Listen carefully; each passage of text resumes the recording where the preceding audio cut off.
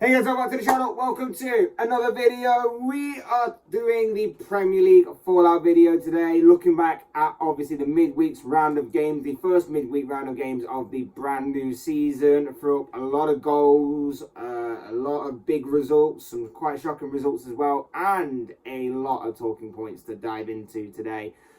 But before we get into all of that, I would like to remind you to please like the video and also subscribe if you're new. Both things always and forever be greatly appreciated.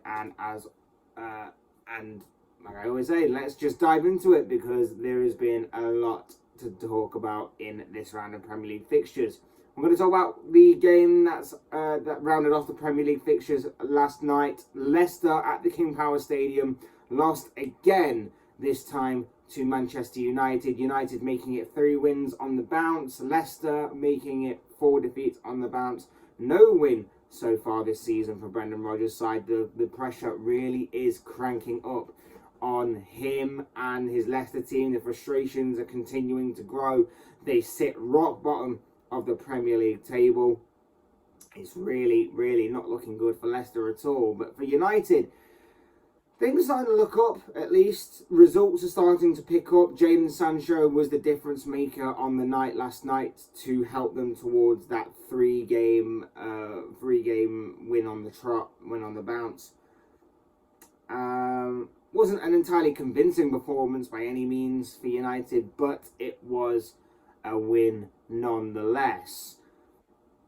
It'll be interesting to see what happens on Sunday. Sunday's the big one. Sunday is a big test, not just for United, but for Arsenal, of course, when those two face each other at Old Trafford on Sunday. It will see how far both sides have come. It will see how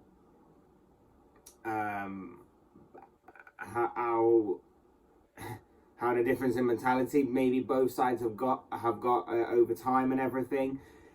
It'll be a very intriguing battle. It's already a historic Premier League game in itself, but given the current position and stature of both clubs and how both teams were in a rebuild, looking to try and take that next step in the platform that they've built upon themselves in previous seasons, it'll be intriguing to see how that game does go. And of course, there are bigger games to come for both sides in terms of what's on the horizon for them, in terms of how their season will start to shape up and everything. So that game really does seemingly begin getting into the good stuff, the juicy stuff of the brand new season. And like I say, I think that could be intriguing to look at going forward. For United, it will be interesting if they can continue this form. For me, I personally see it as a bit of a ticking time bomb. I don't necessarily see this United side continuing this vein of form. There's just something about it that, to me, I think that a few bad results here and there, a few bad performances here and there, are going to turn this thing a little bit more sour again. And I don't know. I could be wrong, and of course I could be wrong. Maybe this is going to be a change in United. Maybe this is going to be the turning point for United in which we start to see things really develop and really start to come good again and positive for United going forward. But for me, I don't know. I can't shake the feeling that a few bad results, a few bad performances, and things will implode again a little bit. I don't know. It could be very intriguing to watch United going forward. And obviously, I could be wrong and could be talking absolute nonsense there. And obviously, from a rival fan's perspective, I hope I'm right. But at the same time, it'll be intriguing to find out. But the bottom line in this one is that Manchester United made it 3 wins on the bounce. Jadon Sancho, the difference maker on the night, in what was a not particularly great performance by United, but they managed to get the job done, get the 3 points, and it is, like I say, not looking good for Brendan Rodgers and for Leicester right now. And you do wonder how long Brendan will have left in that Leicester job, or whether he'll just walk of his own accord, because that could also happen. It could be intriguing to watch both of these sides going forward. Mentioned Arsenal a little bit, so we're going to obviously come to Arsenal next. They're the only team in the Premier League to remain perfect. Once again, another round of fixtures has come and gone, and Arsenal have made it 5 wins from 5, a 2-1 victory over Aston Villa. Gabriel Jesus got the Gunners off to the perfect start. He broke the deadlock. Douglas Luiz scored directly from a corner to equalise for Aston Villa, doing that yet again, before moments later Gabriel Martinelli scored Arsenal's winner. He is in good form right now himself, along with Gabriel Jesus, and helped Arsenal to make it 5 wins from 5, 15 points out of 15. They are sitting really pretty at the top of the table. Another decent performance. Got the job done yet again. This Arsenal side is as good as I've ever seen it. This Arsenal side is looking pretty good right now. They're playing with a creative freedom, a slick and a slick and solid sort of baseline and performance level. It's looking good. Everything's seemingly there. The fans are slowly but surely getting back on side and starting to come around to Mikel Arteta and this new look Arsenal side. The cohesion is there, the performances are there, the togetherness is all there. Everything that you could want that is positive is there. But, as I keep saying, bigger tests are on the horizon, and the bigger test is obviously on Sunday. That's going to be a big test for Arsenal. They go away to Old Trafford to face Manchester United. Regardless of what you think of United about this season or in previous seasons, obviously they're starting to come good, and they're going to go into that game with a bit of form as well. It's also not necessarily a ground that Arsenal had too much success in the past. Old Trafford is not necessarily a ground or a destination in which Arsenal have had massive amounts of look-in or success in that fixture. So that's going to be interesting to see how far this Arsenal side will come in that aspect. Obviously, Arsenal's unbeaten, undefeated and winning streak is on the line in that game as well. It could make for a very intriguing game with a lot of layers and a lot of elements that are going into it. Not just in terms of it being two of historically England's most successful teams, and obviously historically a notorious and exciting and intriguing Premier League clash between those two. There's a lot more going into it, like I said earlier, given the current position, stature and performances of both teams. That's going to make for interesting viewing, but for right now, enjoy it, Arsenal fans, because this is the best I've ever seen it. Performances, togetherness, cohesion, fans getting back on side. Things are looking good for Mikel Arteta and Arsenal right now. And yeah, it's looking really, really good. The same, however, cannot be said of Aston Villa, though, who are not looking good whatsoever. They're in some bad form, bad performances. The team's looking completely off compared to what we see of it on paper. We see a team on paper that's looking good. We see a team on paper that should be pushing towards those European football places, in my opinion, but it's just not working out so far for Steven Gerrard and his side. Bad form, bad performances, a leaky and weak defence. And to make matters worse, on Saturday, they come up against an in-form and looking good Manchester City side with a red-hot in-form Erling Haaland. And Haaland right now is scoring goals for fun, which we'll come on to a little later. Yeah, not ideal. You do not want an informed Pep Guardiola side with a striker that is scoring as many goals as he is for fun and is looking to make it 3 hat-tricks out of his last 3 games, rocking up at Villa Park and absolutely tearing you apart. it could be a massacre on Saturday. It genuinely could, and I do feel sorry for Villa and for Steven Gerrard in that aspect. But they've got to book up their defensive ideas. They've got to come up with something to stop Haaland and to stop Manchester City on Saturday. I'm not 100% sure that they'll manage to find it. That could be very interesting, to say the least. Moving on, we are going to go to Liverpool at Anfield Wednesday night. They left it late, but they managed to get the victory nonetheless. Liverpool 2, Newcastle 1 is what it finished. Alexander Isak of Newcastle, making his debut on the day, announced himself in the best and most perfect way to the Newcastle supporters by grabbing the opening goal of that game in the first half. He was then a little unfortunate in the second half not to get his and Newcastle's second of the evening. However, he was just marginally offside to rule him out. And then from there, Liverpool equalised. Roberto Firmino getting on the score sheet yet again to draw Liverpool back level. And then in the 98th minute mark, a little bit of controversy surrounding that, but when you consider that there was only 5 minutes minimum of added time and a lot of time wasting from Newcastle throughout it, the timing was a little bit justified in my opinion.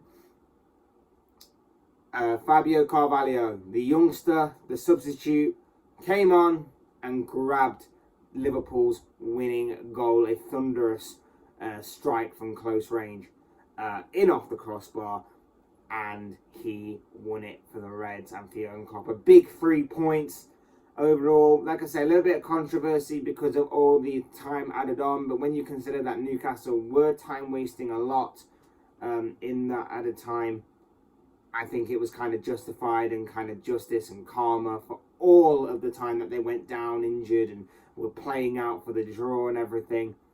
So a little bit justified in my opinion in that. I'll go back to it and I'll say that the only way I think that you can stop that kind of thing from happening is if you, of course, stop the watch, stop the clock whenever the ball is out of play, because there was a lot of times where the ball was out of play and Newcastle players were playing for time. The goalkeeper, Joelinton, just to name a couple. I think it was justified. Like I say, for Liverpool, it papers over the cracks a little bit. It wasn't a convincing performance yet again by any means, but I think they can take a lot from the performance in terms of the hard work, the going right down to the wire, the mentality again, building itself back up after weeks of being on the floor because of obviously poor performances and everything. I think that they can take a lot from that game in terms of that, and not just from the performance. Fabio Carvalho, for me, he has to be now in contention to start the Merseyside derby because I think that he's brilliant. Harvey Elliott again was brilliant. Roberto Firmino gets his goal. So there are a few things to be at least a little positive about. It is not great that it's good, and it's not good that we're relying on two 19-year-old kids to kind of drag us through these kinds of games in Elliott and Carvalho. But at the same time, it is good that they're at least on the right track and they are at least progressing very, very nicely. So it's interesting to see their kind of development. And of course, obviously since then, Jordan Henderson got injured. We brought in Arthur Melo now. We've solved our midfield injury-prone group of players by bringing in yet another injury-prone midfielder, if that makes any sense, which it doesn't. So genius work there, guys. Well done. But it's a massive 3 points for Liverpool, and like I said, they can take a lot from that, and hopefully they can build upon it, and hopefully they can get better as time goes on. For Newcastle, missing a lot of players, they could take a lot of heart from that performance. They were missing some key players. Alexander Isak, like I say, announced himself in the best possible way. Unlucky not to get a second goal,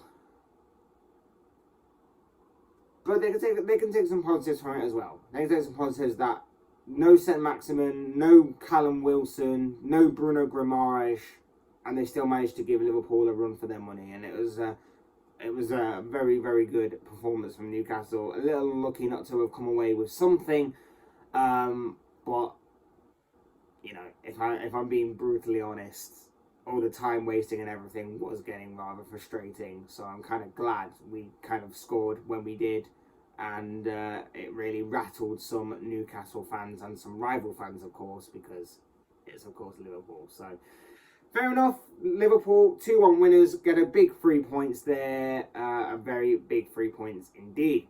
Next up, West Ham against Tottenham finished 1-1. Tottenham took a lead in the first half, an own goal through one of the West Ham players before Thomas Souček equalised for West Ham.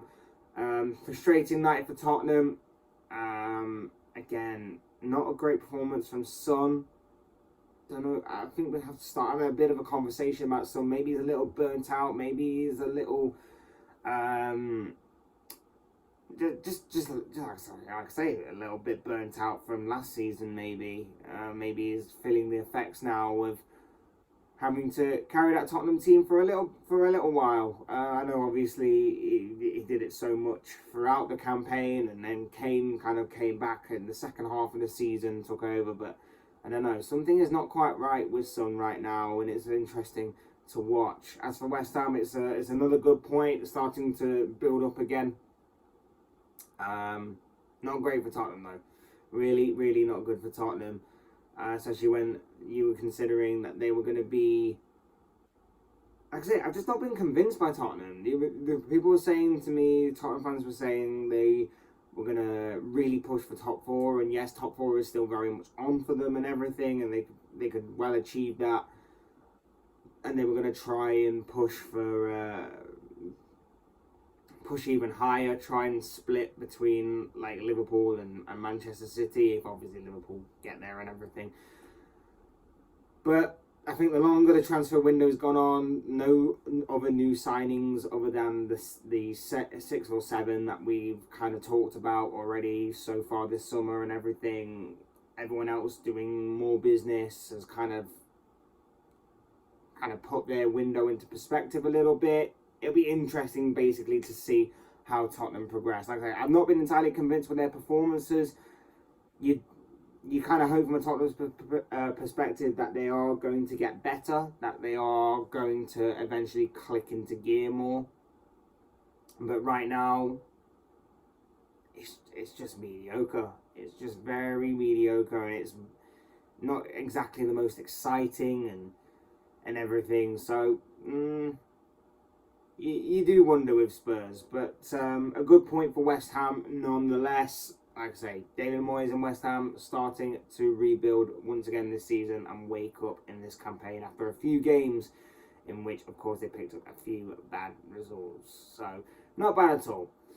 Also, what happened Wednesday was Bournemouth drew 0-0 with Wolves. Of course, managerless Bournemouth managed to pick up a point against Wolves. They stopped the rot a little bit of a few defeats on the run to get a point, a goalless draw, a clean sheet. It'll be interesting to see where they go. As for Wolves, once again, lack of a prolific goal scorer letting them down. They didn't really address that. I do wonder with Wolves. I do wonder if, obviously, that's going to come back to bite them later on in the season. Maybe not in terms of relegation, although it could be possible, but maybe in terms of, you know, you look back and you think, maybe if they had a prolific goal scorer in this game, maybe they could have got a few more points on the board and started to really progress. But as it is, a goalless draw for those two. Crystal Palace 1, Brentford 1. Brentford once again saving themselves in the dying embers of the game. Wilfried Zaha once again putting Crystal Palace ahead. He's having a pretty good season, isn't he? He's starting to really find some good form in that Crystal Palace shirt, and it'll be interesting to see what his future has in store for him going forward. Brentford, though, once again saving themselves very late on. I think they're going to do that a lot this season, Brentford. They play to the final whistle in every game. They've got a strong mentality in that aspect. But But yeah, it was a bit of a frustrating game by both teams involved, to be honest. So interesting to see how those two teams go on to progress in that one. Fulham 2, Brighton 1. Fulham, Fulham basically beat Brighton. They've handed Brighton their first defeat of the season. Alexander Mitrovic once again getting on the score sheets. Brighton's Lewis Dunk scored an equaliser before Gary McAllister. McAllister for Brighton managed to get a goal back to set up an interesting finale, but from there Brighton could not find an equaliser. Not the greatest performance from Brighton, whilst Fulham get back to winning ways in this one. It'll be interesting to see how far Fulham can take this. I kind of feel like they may suffer with a bit of burnout as the season draws on, but for Fulham right now, enjoy it. It's looking good. Marco Silva deserves a huge amount of credit. The players deserve a huge amount of credit. And the red-hot form of Alexander Mitrovic right now is looking pretty good. He is proving a lot of people wrong that thought he was just a championship merchant. He was just a stat padder for the championship. He is actually in some pretty decent form right now. And obviously for Fulham, you're hoping it continues. I don't know if it will completely. You do fear, though, that without Mitrovic, where do the goals come from? It's great having one proper goal scorer and one true goal scorer. It's great that Mitrovic is obviously doing that right now. But you do wonder if something was to happen to him, an injury or something along those lines, who's stepping up for Fulham? And does that kind of throw a lot of Fulham's plans out the window, so to speak? But for right now, it's looking good for Fulham. Another big 3 points. Brighton, first defeat of the season. I imagine they'll get back to winning ways against Leicester this coming weekend. Nothing really to fear. Brighton do have this kind of result in them to kind of go to a team that maybe they should be getting a good result against and not doing so. So it's nothing, for me at least, from the outside looking in, to worry about. It was just one of those games, bad performance, bad result. Just move on to the next one, I think. I think that's safe to say. Leeds 1, Everton 1. Anthony Gordon once again putting Everton ahead before Leeds equalised in the second half. You wonder where Everton would be without Anthony Gordon this season, and it's fortunate that they did manage to keep hold of him, and Chelsea's pursuit of him wasn't going to withstand until obviously right to the very end of deadline day. You do wonder where they'd be without him, because he's basically been the goal scorer of all their goals this season, I think. Maybe apart from one or two. But he has obviously been a bright light in an otherwise dark season so far for Everton. That's been very mediocre, very poor. Not the best, not great. But you do wonder whether on Saturday the Everton crowd at Goodison Park will be up for it. They'll want to obviously get one over on Liverpool. They'll be smelling a bit of blood because of obviously Liverpool not being at their best, not being at their best performance-wise, not being at their best in terms of results. So they may fancy their chances to really cause a bit of an upset against Liverpool and to really try and unnerve them and unsettle them a little bit going forward, which could be interesting. But like I say, that's going to be interesting to watch. As for Leeds, another point picked up. Going steady are Leeds. Going to be interesting to see how they do going forward as well. Penultimate game on this list was arguably the shock result of this round of fixtures. Southampton 2, Chelsea 1. Raheem Sterling getting on the score sheet for Chelsea before Southampton struck back. Lavia with a great strike to get them back on level terms, and then Shea Adams scoring the goal for Southampton. Big result for Southampton. I kind of expected them to get something from this game, not just because it's against Chelsea and I was hoping more than actually knowing, but just simply for the reason that Southampton normally do turn up in these types of games. In the games that they're not expected to get anything out of, Southampton tend to get big points from those games. They were unlucky not to do it against Manchester United last weekend. They did it on Tuesday night against Chelsea. Very good result there. It's just the games that against the teams that are in and around them for Southampton that they tend to slip up on. If they can get some sort of consistency going, then there is no telling how far up the table they could push up. But until I see it, I'm not going to really back it, if you know what I mean. I'm not going to put a lot of faith in Southampton. In Southampton pulling up the table anytime soon, especially when you come up against the teams, like I say, that are in and around them. As for Chelsea, you can tell something is not quite right. I said it at the beginning of the season. Something with Chelsea right now is just not quite right.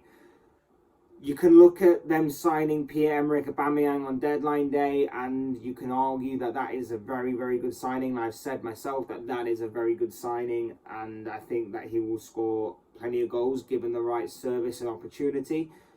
But there's just something not quite right with Chelsea. Maybe in terms of maybe it's Thomas Tuchel, in terms of maybe it's something to do with the midfield that I said that they needed to strengthen all summer.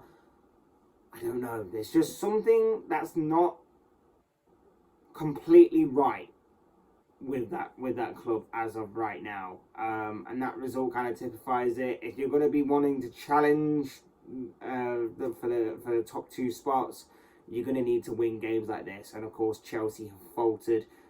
And obviously, having faltered a couple of weeks ago against Leeds, it only amplifies that, in my opinion. But yes, a bit of a shock result, but at the same time, Southampton getting points in this kind of game, not overly shocking to me, at least, in my opinion.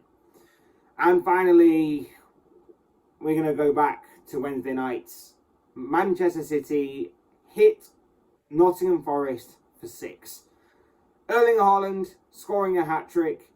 Bernardo Silva also on the score sheet, and Julian Alvarez, the kind of forgotten man at Manchester City. Obviously, he made his signing to City in January. He was loaned back to the club he was at, which name now escapes me. But obviously, he was a loan back there. Erling Haaland was then brought in. Alvarez became a bit of a forgotten man, but he looks like a real talent. He looks like the real deal, even with his age and given where he's come from. He looks very good. He also got on the score sheet twice. A absolute rampant result by Manchester City, really putting Nottingham Forest to the sword in this one. And like I say, Erling Haaland is scoring goals for fun, and that is scary for the rest of the Premier League. He is just a cheat code. He's got 9 goals in 5 games so far in this Premier League season. And with Aston Villa, like I say, coming up on Saturday, a team that their defence is poor, their team is not in the best of form, they're probably low on morale, low on everything. Haaland looks like he's going to be feasting a lot in that game, and like I say, it could be a bit of a bloodbath if you're Aston Villa, so that one could be interesting to watch. But like I say, right now he's just a cheat code. It's not just in terms of his finishing that is brilliant, and don't get me wrong, his finishing is phenomenal. His finishing is absolutely phenomenal. One of the best finishing strikers I've seen in a very, very, very long time. And I know that obviously the Premier League has seen some great finishers during its time. We've obviously got one playing right now in the likes of Harry Kane. We've had Sergio Aguero. Fernando Torres in his prime. Luis Suarez. Rooney to an extent. Alan Shearer. Lots and lots of Premier League strikers that are phenomenal in terms of their finishing. This guy is perhaps going to be on a different planet. He's only 22 years of age, but he's probably going to be on a different planet in terms of finishing if he stays at Manchester City for years to come, because he, like I say, is just a cheat code. He is that good with his finishing, and it's not even just his finishing that impresses me. It's his positional awareness. It's his awareness. He's obviously built like a freak. He's tall. He's good in the air. He's deceptively quick. He's lightning quick. Deceptive, because he's like, for a guy like him that's built the way that he is, he should not be that quick, but he is. Everything about him is just freakish, but his intelligence is incredible as well. His intelligence, his positional awareness, his almost sixth sense of knowing where to stand in the penalty area, where to be at the correct time, and everything along those lines is just incredible to watch for me.